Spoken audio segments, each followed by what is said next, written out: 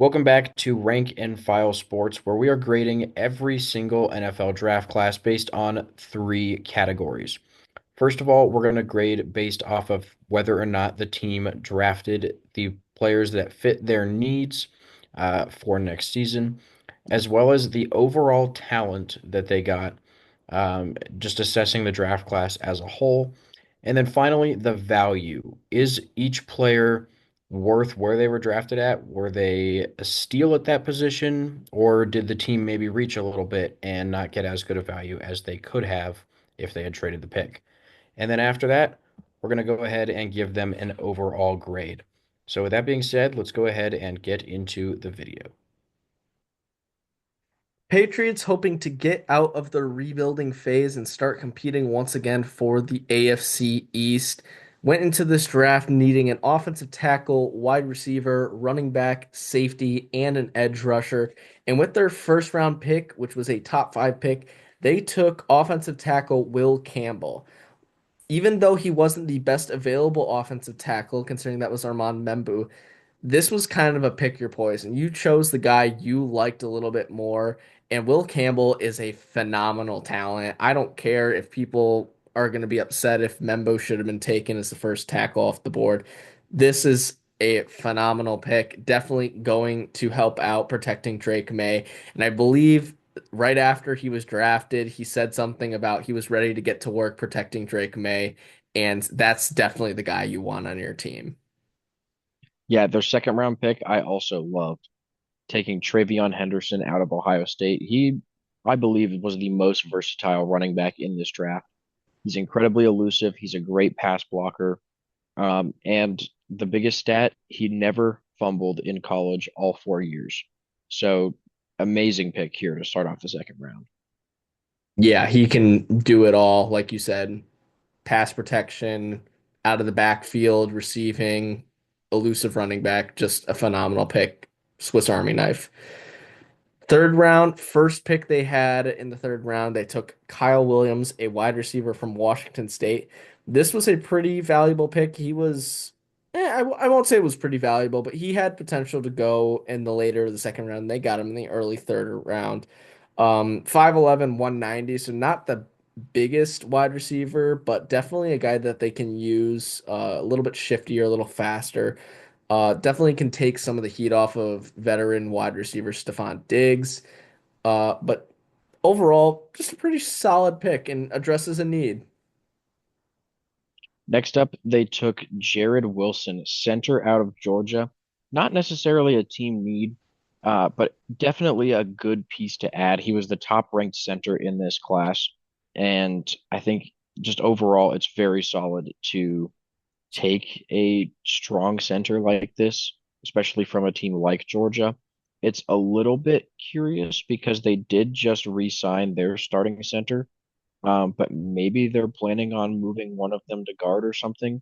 Not really sure, but it could pan out eventually. We'll see. Absolutely. And I just find it funny because he's ahead on the depth chart of Cole Strange, who was that center pick that Bill Belichick made from Chattanooga a couple years ago. So just a little bit of a funny thing right there. After Jared Wilson, starting in the fourth round, their first pick of the fourth round, they took Craig Woodson, a safety from Cal. Addresses a team need, and Cal did have a very good secondary last year. Maybe a little bit of a reach, definitely some better available safeties, but overall, I don't really hate it. 6 foot 200 out of your safety is a pretty good size, and like I said, addresses a team need.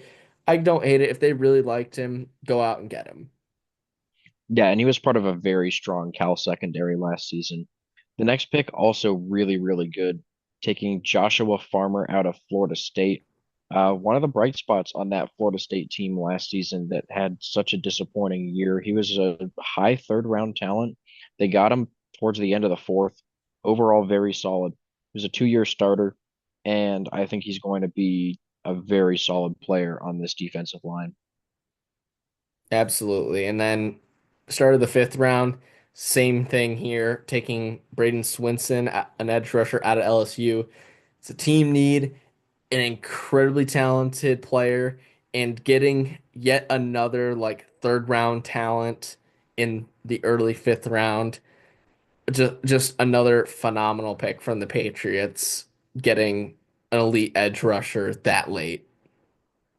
Yeah, next pick, a little bit interesting going with a kicker taking Andres Borregales out of Miami. But after missing his first field goal attempt of the season, did not miss again, hit a 56-yarder, and overall 70% in his career from 50 yards or more. So he should be a really solid kicker for the Patriots. Yep, definitely a little interesting, but if you need a kicker, no shame in taking the number one kicker in this draft. After that, they took offensive tackle Marcus Bryant in the seventh round. He was a projected undrafted player.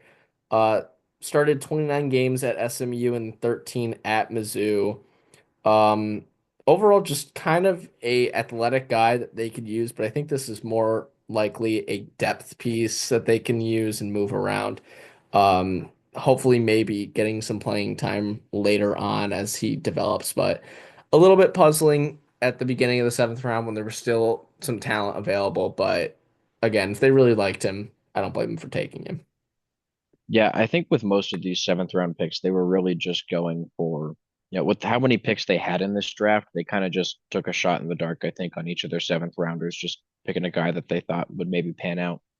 They took a long snapper out of Vanderbilt, which a little bit interesting. I don't think I've ever seen a long snapper get drafted before that I can remember. I'm sure it's happened before. He was a starter at Furman for 4 seasons, and then Vanderbilt last year.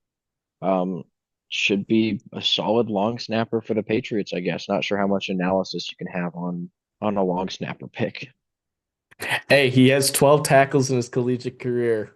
It's more tackles than me. That's all I can say.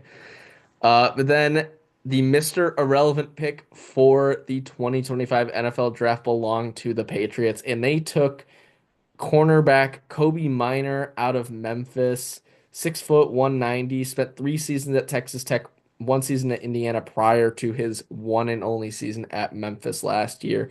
Solid run defender, had 7 tackles for loss, and has a lot of experience on special teams. Definitely could make an impact there. For this one, like Jonah was saying, for the seventh round, I think they just took guys that they really liked, not necessarily looking for positional needs, especially since they addressed all their positional needs prior to this. So if you really liked Kobe Minor for whatever reason, again, go ahead and take him. The rest of this draft class is absolutely solid that I can't complain about whatever they do in the seventh round. Yeah, exactly. And they met all of their needs pretty quickly, which is why we gave them an A plus for meeting needs. 5 out of their first 7 picks, they got them all done. So very impressive there. And you can't hate the other 2 picks that they made either, taking Farmer and Jerry Wilson. And then talent wise, they're going to get an A minus. There's a lot of really solid names in this class. And I think overall, really the only thing maybe hurting this grade is like the last 4 picks, just because most people have probably never heard of them before. So it hurts the talent grade a little bit, but they just did so well in the first 5 rounds that it can't hurt it by that much. And then kind of same thing value wise, it's going to be an A minus, mainly because of the seventh round is really the only thing that brings this down a little bit. But we weren't going to punish them too much for drafting 3 projected undrafted players, just because of how well they did before that. So overall, going to give them an A minus for this draft class. Very, very well done by the Patriots. Yeah, as both Jonah and I have alluded to throughout this video, Patriots had a stacked draft class. I would argue probably the best draft class of all 32 teams this year.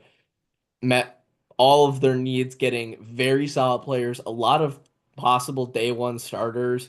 And if you're a Patriots fan, skies are looking up with Drake May as your quarterback for the future, and with so many guys that are going to be surrounding him and leading this team to hopefully a lot more than 4 wins from last year. So once again, excellent draft class from the New England Patriots. So, thank you guys for watching. Please make sure to like and subscribe so you don't miss out on any more of our videos, including the next division of our NFL grades being the AFC North. and we'll see you in the next one.